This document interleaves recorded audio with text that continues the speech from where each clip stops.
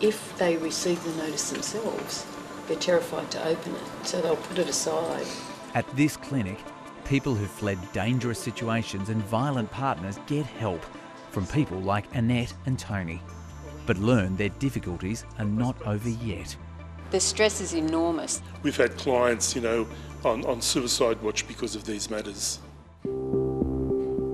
The tax system is being used as an unwitting weapon by family violence perpetrators. That is such a perverse outcome. Associate Professor Anne Kumar is the founding director of this clinic, where victim survivors come as they seek to rebuild their lives. The way that the system is structured, perpetrators can weaponise the system so that the victim survivor is saddled with debts that the perpetrator created. And then that system works in such a way that the ATO is unwittingly mobilised to further the perpetrator's tactics of abuse.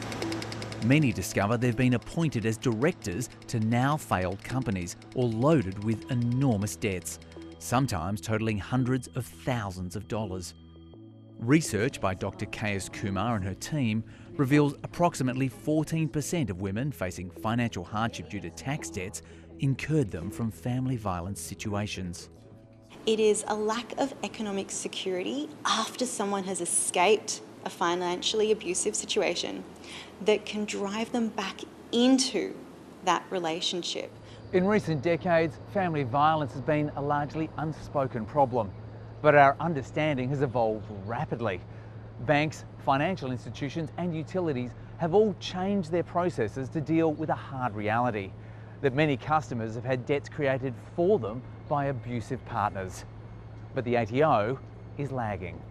It's not that easy with the ATO. It's a total mess at the moment, and the ATO holds all the power. We would like to see some of those obstacles removed, and we'd also like to see some work reviewing what the ATO can do and what needs to be done to increase what it can do in order to respond appropriately to people who are affected by family violence. The ATO says it is owed more than $15 billion from 1.8 million entities, and a COVID-era pause on collecting debts is over. The ATO says it acknowledges some debts occur because of situations involving abuse. And it wants to reassure taxpayers that there are options available for the ATO to support directors who've been coerced or unwittingly incurred a director penalty debt. A change, announced in the federal budget, gives the Australian Taxation Office the ability to defer some old debts created before 2017. In the US and other nations, tax agencies now do a radical reversal, moving debts back to the perpetrator. With our tax deadline of June 30 looming, making that shift here would change lives. Economic abuse is something that we know is really problematic. We have an opportunity here for the ATO to turn things around. To stop a system being used to further abuse people.